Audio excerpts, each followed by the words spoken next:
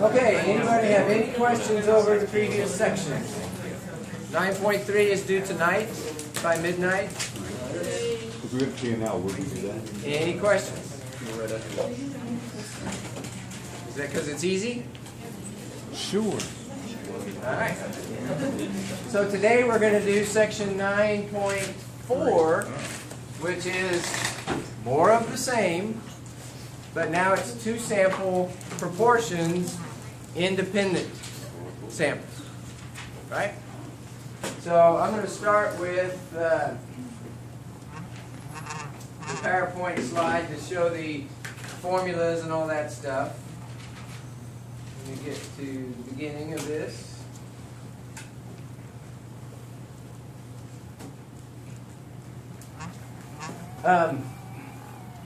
Before I do that, I want to talk about this a little bit. My last class kind of charmed me into making this whole thing for them. But I've been saying now for a little while that when you read a question on my next test, I'm not going to tell you which section it came from.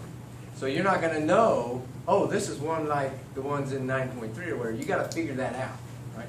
So it's a series of questions that you ask yourself. So you can make it like a tree diagram, right? So the first question is this a means problem or a proportions problem? And then if it's a means problem, you ask yourself, is it a one sample or a two sample problem? If it's a confidence interval, then if your answer is one sample, then write down what you need to do. I need to go to T interval on my calculator. But don't just write on your cheat sheet T interval.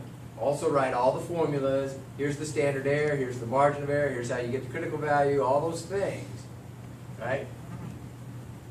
For each level of this tree. If it's a two sample problem, you got another question to ask. Are they independent samples or are they paired samples? And if it's independent samples, then you use 2SAMP-T on your calculator.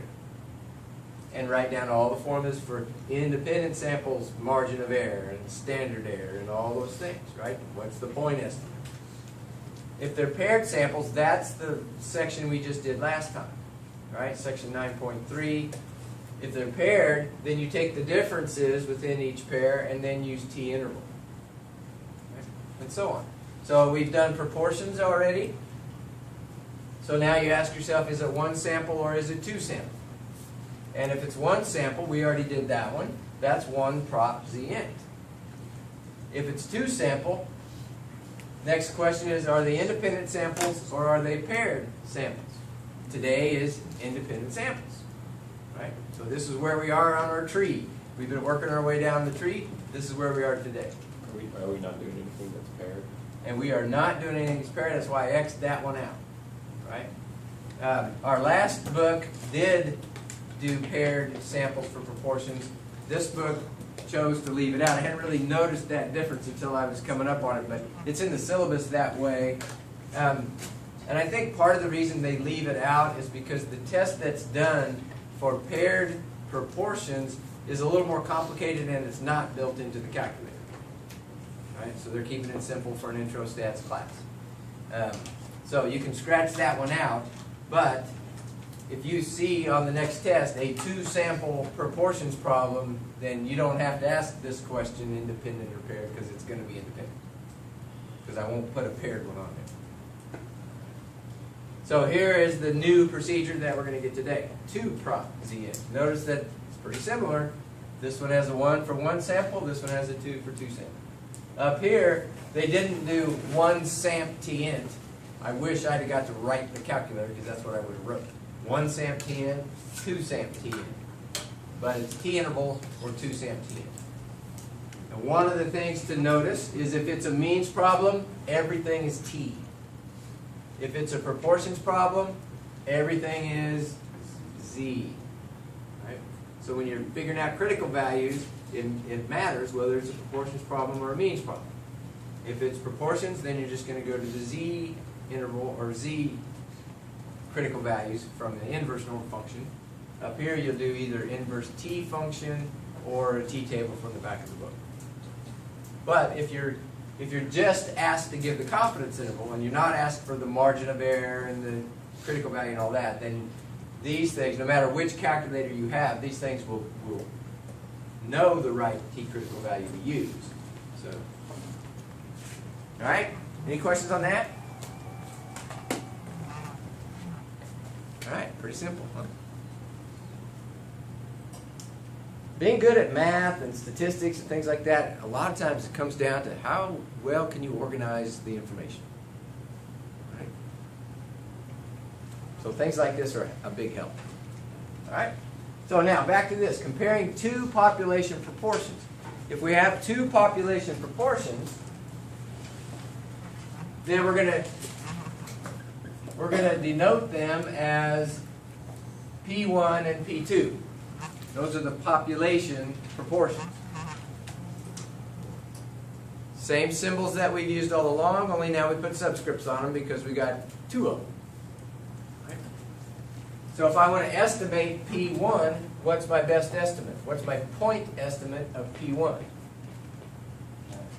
P1 hat. Right? So this is population. This is sample. Right? Point estimate. And then P2 hat. But what we're interested in is comparing those two proportions. So we're going to be interested in how different are they? Or another way to say that, what's the difference between them? So we want to estimate P1 minus P2. So what's the point estimate of that?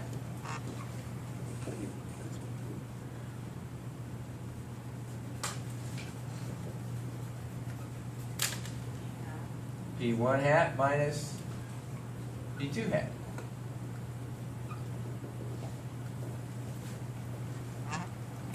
Right? So that's what's on this slide. P1 hat minus P2 hat. Now there's nothing magic about 1 minus 2. P2 hat minus P1 hat is also a point estimate of the difference in the two populations. You're just subtracting in the other direction. Doesn't matter, but when you do it, when you pick a direction, you got to stick with it for the rest of the exercise and make your conclusion based on which way you would expect to get negatives or expect to get positives if you subtract in a certain direction. We'll talk about that. All right, so that's easy enough. Here's our old friend, the assumptions. So the assumptions that have to be met for the procedure we're going to use. First assumption, what is that saying? It's a complicated way to say it, but what is that saying? Random samples. Right? So your samples have to be random. And now you got two samples, so both of them have to be random samples from their respective populations.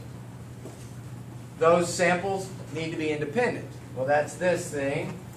Two samples independent. Right?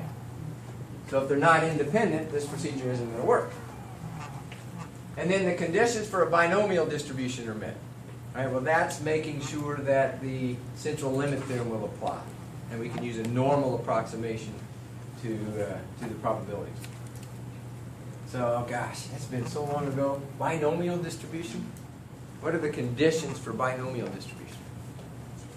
Two outcomes, okay? So something like answer yes, no to a survey question, right? Next condition? A fixed number of trials. So the sample size is going to be your fixed number of trials. Right? And those trials need to be independent from each other. So not only do the two samples need to be independent, but within a sample, each individual needs to be independent of the other individuals. You can't, oh, my buddy said yes, so I'm going to say yes. Be independent. All right? So then that means the conditions would be met. And then this thing says sample sizes are large enough to ensure that. What the heck is that in English? 5 failures and 5 successes in both samples. That's all that says, right? This is number of successes in sample 1 is at least 5. Number of failures in sample 1 is at least 5. Successes in sample 2, failures in sample 2. It's all that same, right? Okay, so skip all this for now. I want to get to that. Margin of error. To get a confidence interval, you start with a point estimate and you add and subtract the margin of error. All confidence intervals are that way. So we're going to take P1 hat minus P2 hat, add and subtract the margin of error. Now what do you notice is in that margin of error? All margins of error, is that the right way to say that? Margins of error have 2 pieces, a critical value times a standard error. So this square root thing is the standard error. All right?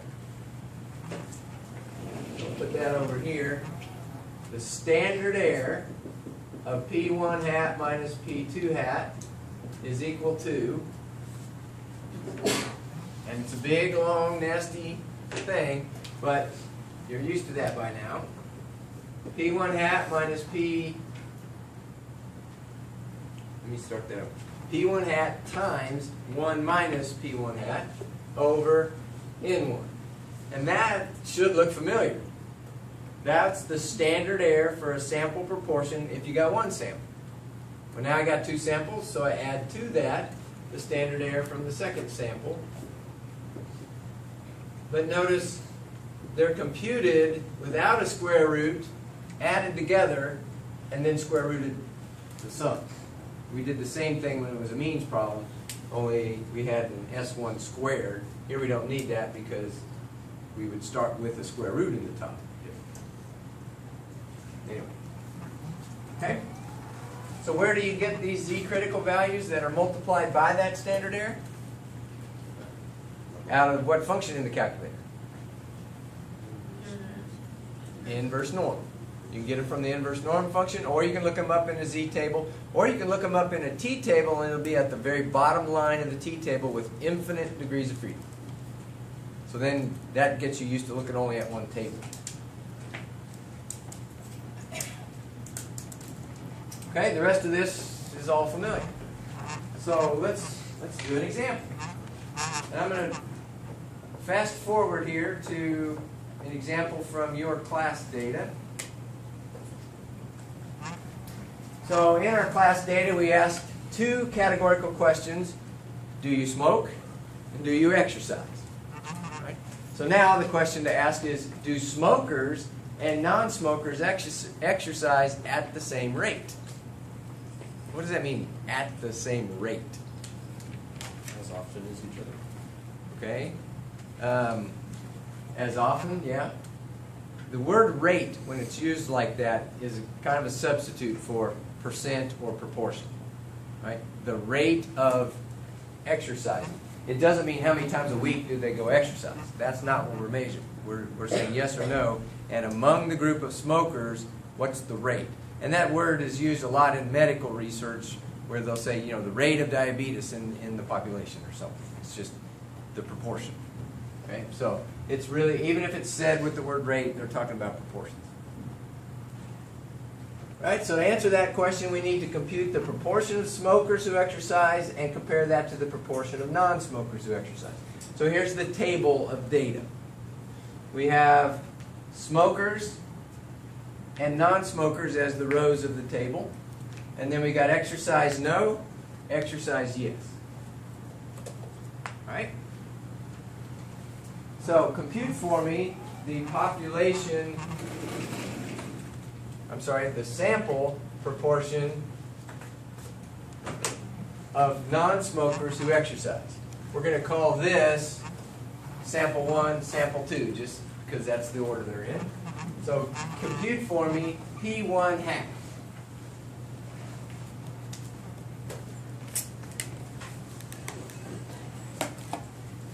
Well, remember P hat is x over n. So P1 hat would be x1 over n1. I'll give you a little bit of a hint. You haven't been given all of the numbers you need here. So what is x1? What does that stand for? I'm not asking for a number, but what do we mean when we say x1? Number of successes in sample 1. So how many successes were in sample 1? Well, that's a good question. I heard somebody, what do you call a success? Well, they're talking about exercise and the proportion who exercise. So exercising is what we're counting. That's the success. Okay? So exercise equal yes is a success. So we've got 206 of those. What's my N1? Is it all the total values? I heard a lot of different answers. What do you think? I want the proportion who exercise out of the non-smokers. I want N1. Is this N1? No. This is not N1. So it's the sum of those two numbers, right? There were a total of 326 non-smokers. 206 of them said, yeah, I exercise. So I'm going to write it out as a sum. What is it, 120 plus 206? But that's 206 over 326. So the first thing you should do is get the totals over here. If I put this up, I can write on it. So the total, these will be the ends. Right, so that's 326. And then this row will be 39. Right? Question? Why isn't x1 218? If we're looking for all those exercises. This number down here would be 218, right? But P1 is population 1, right? And so P1 hat is from sample 1, and this is sample 2. If I use the 218 down here, then I'm pooling the two groups together. I want to compare the two groups, so I don't want to pool them together. Okay, good question. Okay, give me this as a decimal. And let's keep 5 decimal places. 0.6319. 19. 0. And the next one's a 0? Okay, I'll go ahead and write it to show that we did it.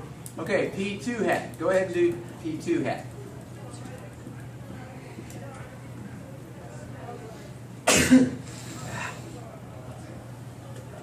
Oh, darn, I got cheated out of a sneeze. I used to get 2. What two numbers do I divide here? 12 divided by 39. 39. And that 39 is 12 plus 27. All right? Give me that as a decimal. 0.30770. Or, Is this a 0 at the 5th place? 69.30769. 30769 to 5 places. Yeah. All right? Now, we're gonna answer the question at the top. Do smokers and non-smokers exercise at the same rate by putting a confidence interval on the difference here? But, you know, use a little common sense too. Do the eyeball test. Is there a difference? Yeah. It's a huge difference. This one is more than double this one. Right? So we expect that when we do our confidence interval, we're going to have the interval tell us that 0 is not plausible. There definitely is a difference. So let's find out. So what's the point estimate, P1 hat minus P2 hat?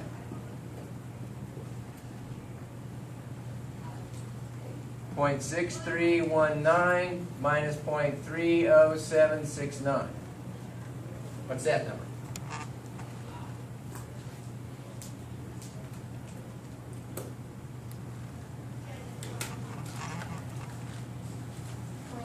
3, 2, 4, 2, 1.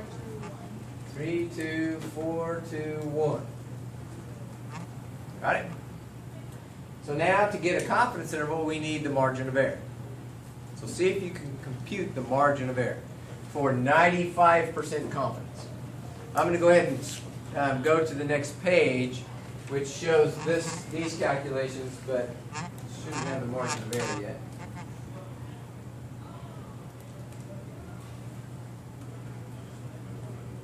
Oh yeah, I do it with the calculator, but not. Right.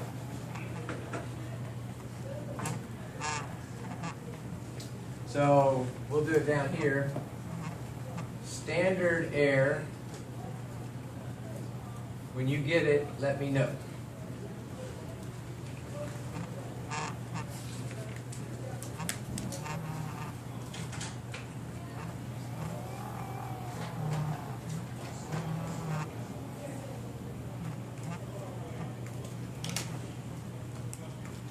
You have standard error yet? Did I say 95% confidence? Yes. Yeah, that's 90% confidence. So you need to do inverse norm of 0.975. Remember half the leftover area?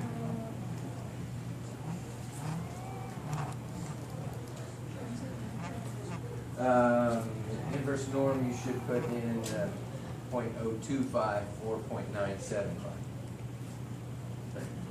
0.025. By now, I kind of expected some of you to have those numbers memorized, at least for the z. You can't memorize the t because there's all the degrees freedom thing, but for z, 95% confidence is always what? 1.96. What's the standard error? Does anybody have that? I'm going to go ahead and write out what the formula says. It's 0.6319 times 1 minus that, divided by 326. And then add to that the other p hat, which is 0.30769. 1 minus that.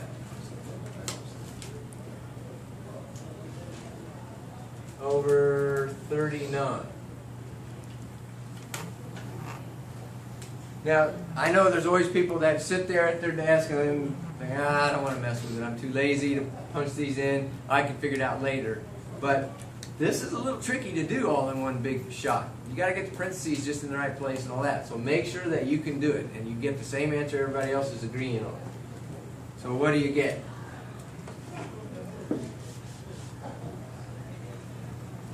You got it? 0.03217. 0.03127. 217. Does anybody disagree with that number? Is that what everybody else is getting? I got something different.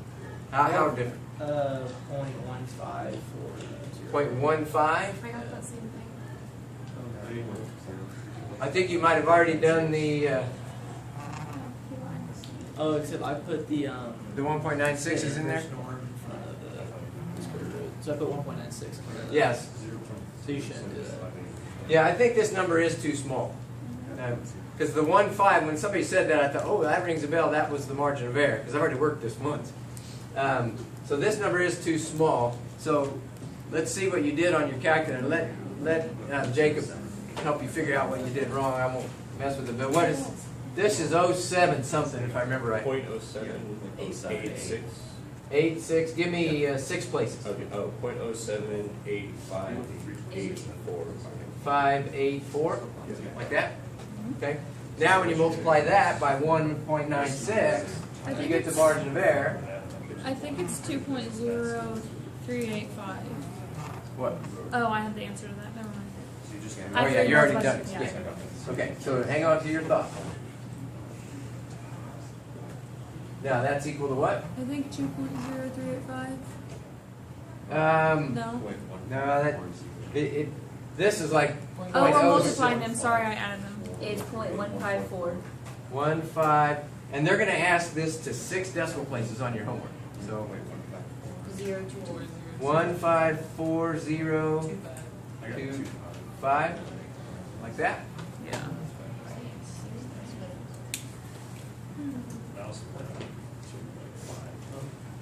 Yeah, and you can be off at the 5th and 6th place if you round too soon in these different things.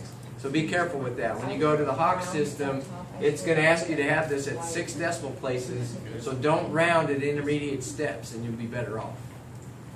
If you really want to get accurate, I'm not really saying you have to do this, but this standard error, you could do p hat as a fraction. And store it in Y and Z or something.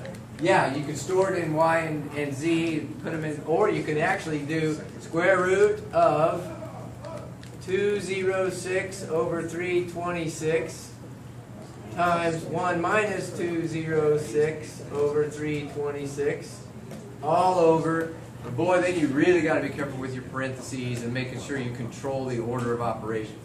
So just keep lots of places as you go and you'll be fine. All right, so we got a margin of error. Now we're ready to do the confidence interval.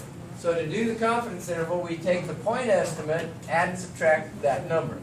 So 0.32421 plus minus 0.154025.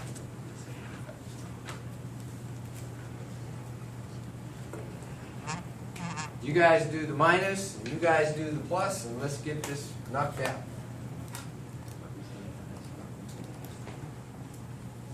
What'd you say?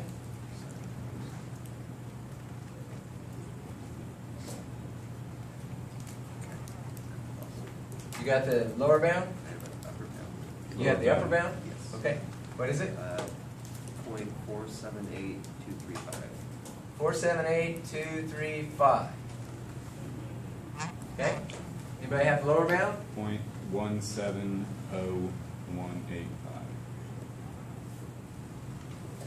Okay. Now the $40 question, okay, 40-point question. Interpret that. What's the correct interpretation of this interval? We are 95% sure that the rate difference between the two samples lies between those two numbers. Good. Okay. You said the word difference. I was thinking for a minute you weren't going to, but you got it in there. So we are 95% confident that the difference in the rate of exercise between non-smokers and smokers lies in this interval. All right? Now, if we had reversed sample 1 and sample 2, we would have got a negative value for our point estimate, and we would get the same interval, but it would be in the reverse order with negative signs. Right? Now, here's the follow-up question. Does this interval provide sufficient evidence that there is a difference between the proportion of exercisers in non-smokers versus smokers? Because 0 doesn't fall in between. Exactly. Yes, it does, because 0 is excluded by the interval. So 0 difference is not plausible. There must be a difference. Now, both of them are positive, which tells you what? Who exercises more? Sample 1, because I did 1 minus 2, and those were the non-smokers. When in doubt, just look back. Okay, this was my non-smokers, my smokers. This number's bigger. So positive numbers, that tells me that, yeah, there does seem to be a statistically significant difference between these two groups. Okay, now, do it again on your calculator the easy way.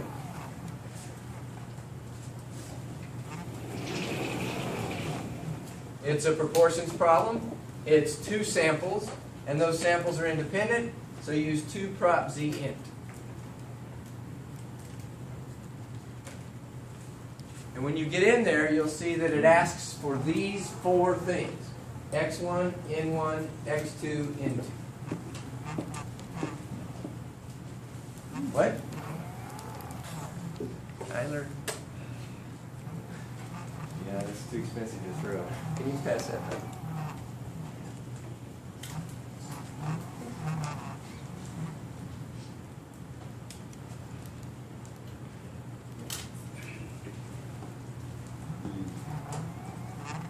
You should match what we got here out to at least most of those decimal places.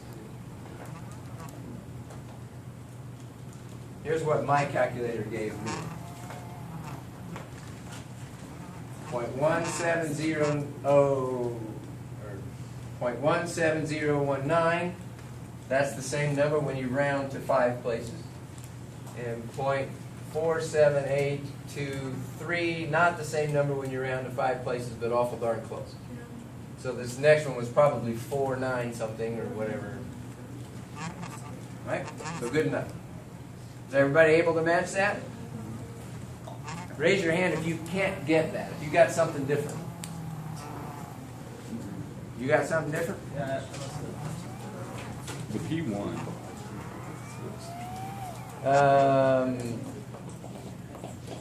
26 should be 206 on X1. Okay? All right. Now, what I want to do next is I want to go to the Hawks learning system, and we'll pull up one of their questions that you're going to have to answer by Monday night, and we'll work through that.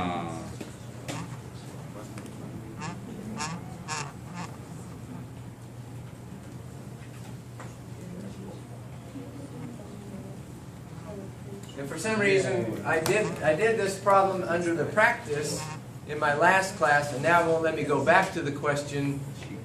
It won't let me back up. So I got to go to certify. So this is certify, and it's not the one I want.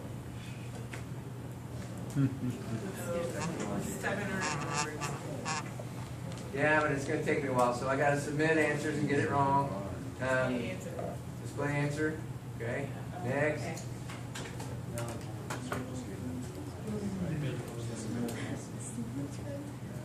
You know you guys are giving me a bad grade in this class by making me submit all these crazy answers. You still got 4 lives. It's okay. Yeah. You have more than one. 4 lives. 30 questions.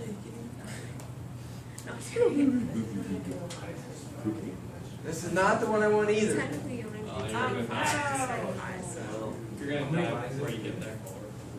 Yeah, I don't know. I gotta go back.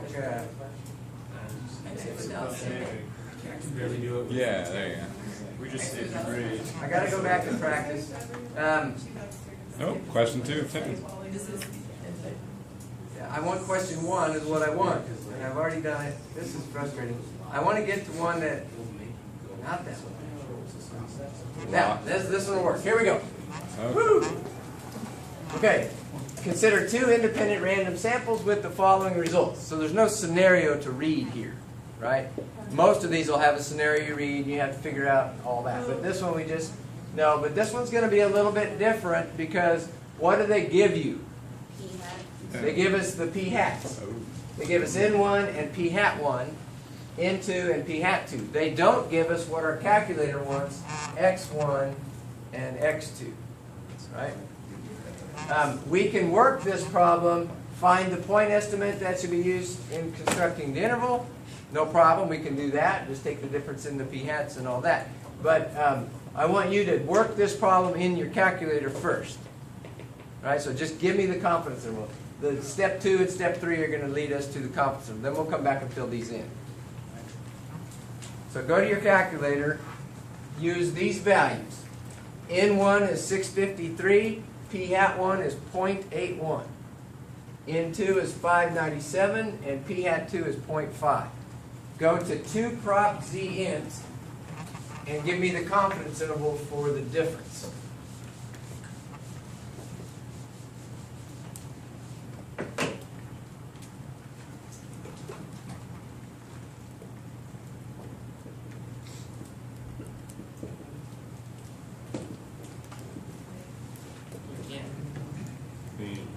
What do you mean you can't? Does X1 and P hat 1 are they the same? Can you figure out what it's Negative. What are you going to do? When you take a math class or a stats class, one of the things that we try to teach you is solve problems.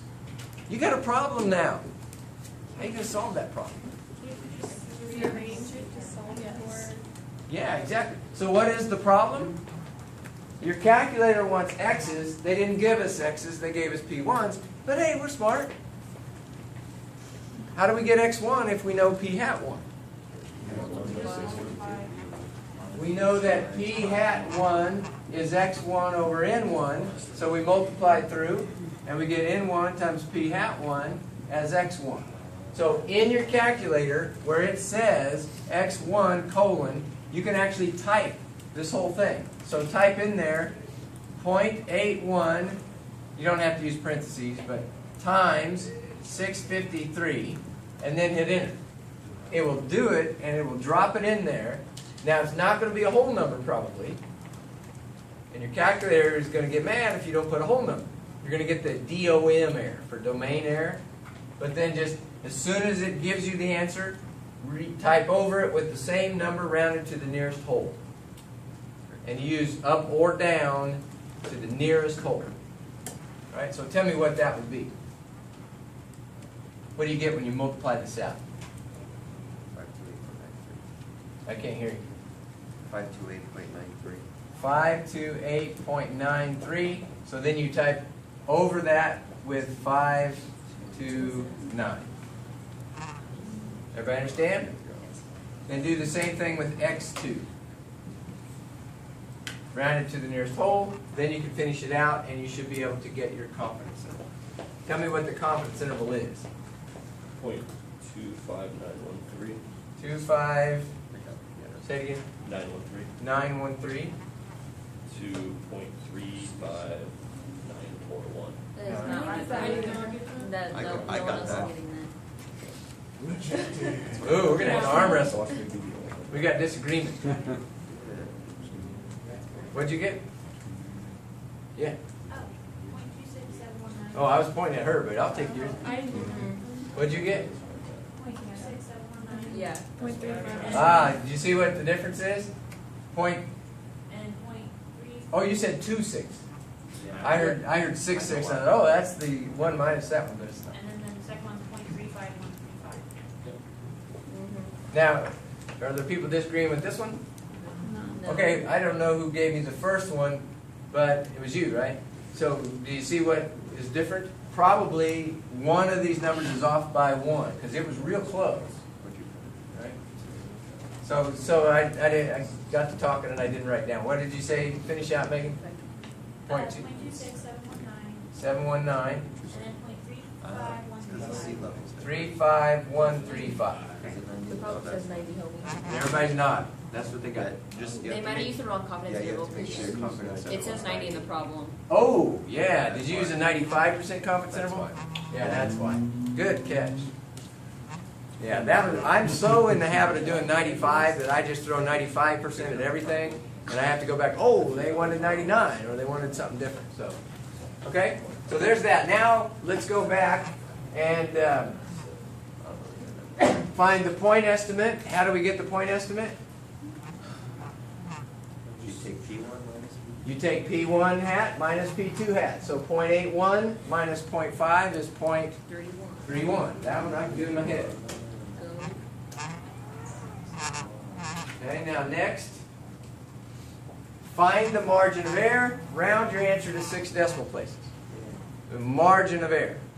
So it's 90% confidence. So I think I'm gonna bail out here. We're not gonna go all the way through it, but let's write out what it would be. The margin of error has a critical value than the standard error, right? So the margin of error will be 1.645. Where did I get that number? That's 90% confidence. I would do inverse norm of half the leftover area. So 90% has 0.1 left over, half of that's 0.05. And it would round to 3 decimal places to that. And then the square root of p hat 1, which is 0.81, times 1 minus 0.81, over n1, which is 653. And then do the same thing with the second sample. 0.5, 1 minus 0.5 over 597. Now, when they're fairly easy proportions, I probably wouldn't mess with the parentheses and 1 minus 0.81 because I can do that in my head. What is 1 minus 0.81? 0.19. So you can just do 0.81 times 0.19 divided by this. 0.5 and 1 minus 0.5? You don't need to type out 1 minus 0.5. You can do that. So save yourself a few steps and a few less places you can make a mistake. All right. So then whatever that is, you're going to round it to 6 places and enter it there. 0.04207. Oh, you already got it? Yeah. All right, I'll go in there. 0.04. 2079.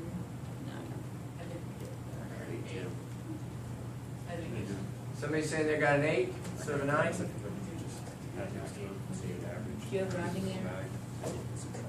Says I got it right. I got it. So it may have a fudge factor built in. If you got an 8, it may go ahead and take that too. Okay?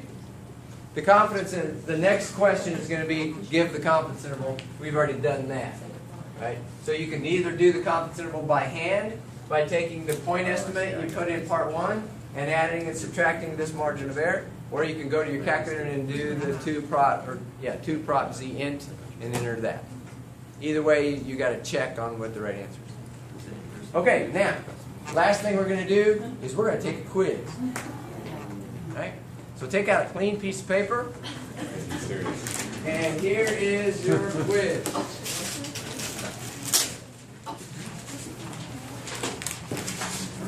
And when you get done, just write your name on it. I'll come around, pick them up, and you can take off.